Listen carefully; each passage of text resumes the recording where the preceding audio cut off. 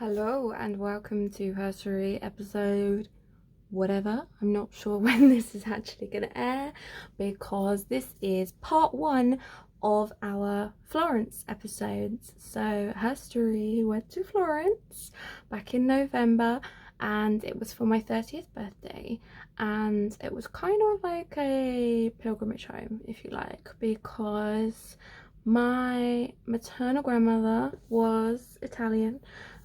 She was daughter of a Contessa's daughter.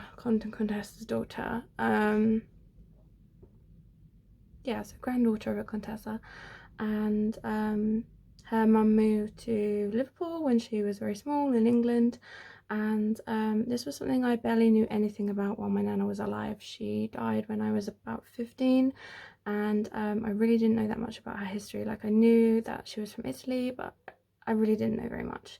And obviously I kind of grew up, became interested in history. I was kind of the one tasked with putting the family tree together, and what I found was just amazing and fascinating, and I of course have all these questions I wish I could ask her, but I can't. So I've really embraced my Italian history. I'm learning Italian. You can try and leave me comments in Italian. I'll try and answer them. But I'd never been to Italy, despite my love of it, my interest in it, and my family history. I'd never been. So for my 30th birthday, my mum paid for me and my fiance to go to Florence. So I thought while I was there, I would film some episodes on the Medici women. So yeah, there we go. So without further ado, I'm not sure, as I say, I'm not sure when these are going to come out, because I'm going to do some fancy editing on these ones. I'm going to put some pictures and videos in from our time in Florence. So could be some time before these come out. So I'm not going to put an episode number on these. But without further ado, let's get cracking with number one on our list of incredible Florentine women, Contessina Bardi. So she is basically the founding female member of the Medici Bank, mother of Lorenzo the Magnificent, and lioness of a woman. So Contessina Bardi was born around 1390 in Florence to Alessandro di Soso de Bardi, Count of Vernio, and Camilla Pannocchieschi. Wow, that was difficult to read. Pannocchieschi. The Bardi family were a banking family, but they'd suffered financial losses in 1343 and reduced their status massively. They were famous as Caesarians, who were those who kept control of foreign policy and relations of a tributary state that has an internal autonomy. That's the definition anyway. And also as condottieri, meaning contractor, who were Italian mercenary captains who served European monarchs and popes, and kind of like freelance army leaders, if you like. So the Medici family called on them quite often on certain occasions for armed support when their political power was threatened. Contessina married Cosimo de' Medici around 1415, and they went to live with his parents Giovanni de' Medici and Piccardo Bueri, the marriage bringing a noble connection to the common family of Medici. The Medici were not a noble family, that's important to stress. Although they became one, they did not start as one. Contessina was known for being very careful with money and the management of their household, so she was a very good fit for the Medici family. The couple had two sons, Piero the Gouty, which is the most unfortunate name I think I've ever heard. Poor Piero. Imagine being famous for having gout. That's really sad. Piero the Gouty and Giovanni de' Medici. Cosimo also agreed to take care. Contessina also agreed to take care of Cosimo's illegitimate son by a Circassian slave, and his name was Carlo de' Medici, and she raised Carlo as her own, with her own kids, which was very nice of her to do. So Contessina survived her husband by about 10 years. He died in 1464, and she remained close to her children and grandchildren. She had a good relationship with her daughter-in-law, Lucrezia Tornabuoni, and lived with her and Piero after Cosimo's death. Her relationship with Piero's sons, Lorenzo and Giuliano, were very close, and they valued her influence as they themselves became leaders of the bank. She was also regularly involved in negotiating and approving marriages for the more important Florentine families. So Contessina died between the 26th of September and the 25th of October 1473. Her grandson Lorenzo named his daughter Contessina de' Medici in honour of her. So obviously most of Contessina's life is gleaned from what we can gather from the life of her husband, Cosimo de' Medici. So now I'm going to tell you a little bit more about Cosimo, just so that we can understand a little bit more about Contessina. Because I've just done her bit in, 6 minutes. So notes on Cosimo. Cosimo the Elder was the first member of the Medici family that de facto ruled Florence during much of the Italian Renaissance. It's under Cosimo and Contessina that they go from just a bank to the ruling family in Florence. They both were great patrons of learning, the arts and architecture, and it's down to Cosimo's brainchild that the Duomo started being built on the Cathedral of Santa Maria del Fiore, with the famous Duomo in Florence was his brainchild. Cosimo and his brother Lorenzo the Elder inherited the bank from their father Giovanni, who founded it. And Cosimo helped to secure the papal account, which was key in setting up the bank as one to watch. So once they had the Pope's money, that was that really. So Cosimo helped his father to kind of create that, and the rest was history. So they had branches in Rome, Geneva, Venice and Naples, and Cosimo, after his father's death, then expanded that to have offices in London, Pisa, Avignon, Bruges and Milan. In 1514, Cosimo was named Priori of the Republic of Florence and acted as Florence's ambassador to the Pope and for foreign affairs. Really loftily, but foreign kings, princes, dignitaries, so and so. I've lost my place. Cosimo's power over Florence stemmed from his wealth, which he used to control the votes of office holders in the municipal council, another bit of bribery, and in the signoria.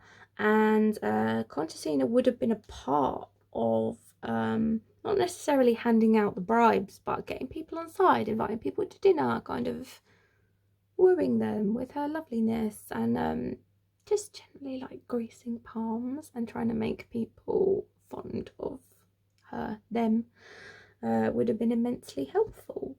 Networking, schmoozing, whatever you want to call it. This did not sit well with everybody, obviously, and they were certainly not short of enemies. And during Cosimo's time, this was the Albizzi family. In 1433, Rinaldo Albizzi had Cosimo imprisoned in the Palazzo Vecchio for his part in the failure to conquer the Republic of Lucca, and some prominent Florentines demanded his execution. Cosimo leaves Contessina in Florence and he travels to Padua and Venice, creating allies, building libraries. He built the most beautiful library in Venice as a thank you for them looking after him. And with Venice acting as a negotiator on his behalf and as an envoy for him, Cosimo returns a year later after his banishment is lifted, where he stays for the last 30 years of his life and takes up governing Florence again. After his death in 1464, the Signoria awarded him the title Pater Patri, Father of the Fatherland, and had it carved upon his tomb, which is in the Basilica of San Lorenzo, which I will insert some pictures here.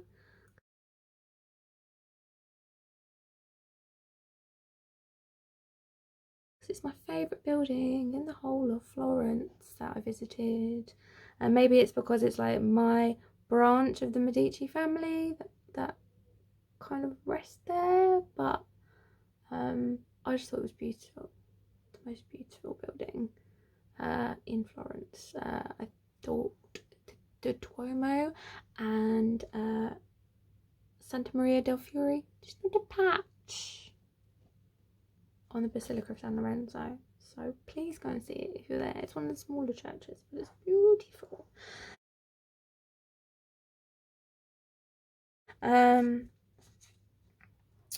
Yeah, anyway, I got sidetracked. So Cosimo and Contessina used their vast wealth to sponsor poets, philosophers, artists, sculptors, architects, and more. He hired Michelozzi to create the magnificent Palazzo Medici Riccardi, which was their townhouse that they lived in, which I also went to, and I kind of preferred that to the Palazzo Pitti, the massive palace over the other side of the river.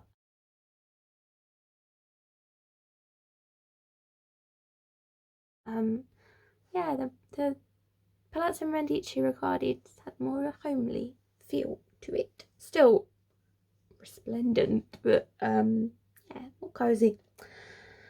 The Magi Chapel there was frescoed by Gozzoli. He was also a patron of Lippi, Donatello, and most famously Brunelleschi to complete the Duomo in 1436. In 1444, Cosimo founded the first public library in Florence at San Marco, which the people of Florence could use for free. He also commissioned Ficino's Latin translation of the complete works of Plato. So fictional depictions: Roberto Rossellini's 3-part TV miniseries The Age of Medici from 1973 has Cosimo as its main character, and of course the 2016 TV series Medici Masters of Florence has Cosimo played by Richard Madden, and Contessina is played by Annabelle Scioli, which after I've done this I'm immediately going to go and do a historian reacts on, so please do tune into that if you're interested. So fun facts about Contessina Bardi: her real name was Lotta. Her family lent a huge sum of money to Edward III of England to finance a war against France, but he defaulted on that loan and absolutely screwed the bank. Just threw it into turmoil. Lotta's name was changed to Contessina to reinforce the family's noble status, and she certainly lived up to the dignity and nobility of her name, for sure. They lived primarily, her and Cosimo lived primarily in the Palazzo Medici Riccardi, and Cosimo had his offices inside the Palazzo Vecchio. It was unlikely that Contessina was ever allowed to go there. Women weren't meant to have anything to do with politics whatsoever. Their job was to take care of the running of the household and the children and the education of the children and everything to do with the house and the children. But she was a trusted confidant behind closed doors of Cosimo. Unfortunately, the scene in Masters of Florence where she enters the Palazzo Vecchio, the Hall of 200, on a horse, sadly never happened. I'll talk about more about that in a historian reacts, but that was a good scene. Never happened. Historians describe her as a bit chubby, I can relate, jovial and very careful with money. She was the kind of housewife who haggled over the price of meat. What we know about her comes from her letters. There were 35 missives addressed to various members of her family. She wrote to Cosimo when he was away on business, to Lucrezia, her daughter-in-law, Piero's wife, and to her children, where she pushes them to apply themselves to their studies. Typical mum. How you doing at uni? She was a practical, loyal and faithful wife who always put her family first.